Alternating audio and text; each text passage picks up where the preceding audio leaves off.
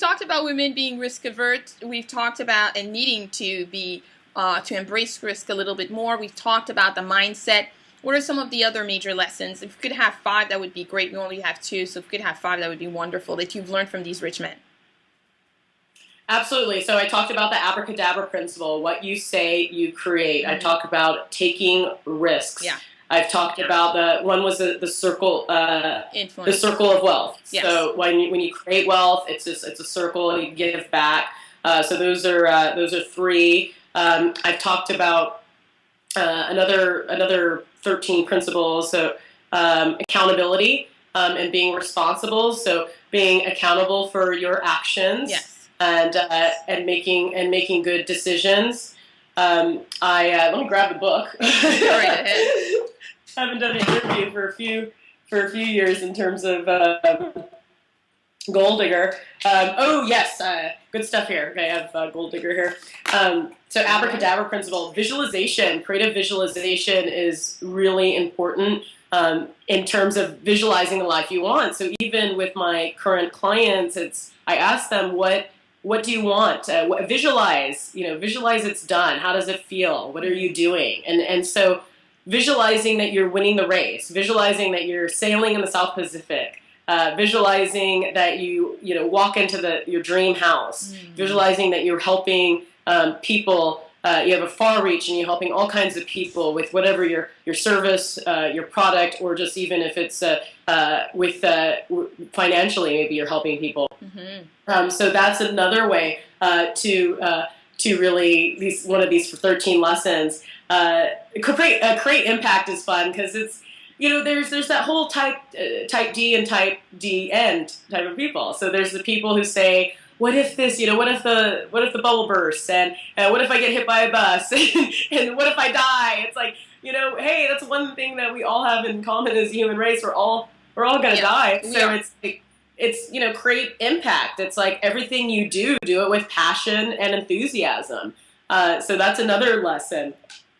Don't compete, create. I'm really huge on this one. People know me, and people know me in my business. I don't believe in competition. I believe in creating something that is new. So don't compete for what we already have, but actually create something new. And so when everyone's worried about what other people are doing, and they're making this much, or they're doing this, blah blah blah blah, it's like, create something new. Run the race against yourself. And don't worry about other people. We're really much in the Facebook and Twitter era, and everyone's kind of like, okay, what other people doing? And stuff. Absolutely. I just turn the blinders on and just focus on what you visualized and what you want in your life. So I think that's really important. I'm going to ask a question about the competition. Do you find that women in general are more collaborative, less competitive, or that doesn't really matter in your experience? Women are collaborative in general, and I really believe. I mean, this is probably the one chapter that's a little bit different, that the rich guys didn't really maybe believe in it so much. Or I remember showing them one of them a chapter in their book. It's like, oh, we believe in competition. We believe that's all about capitalism is competition and competing.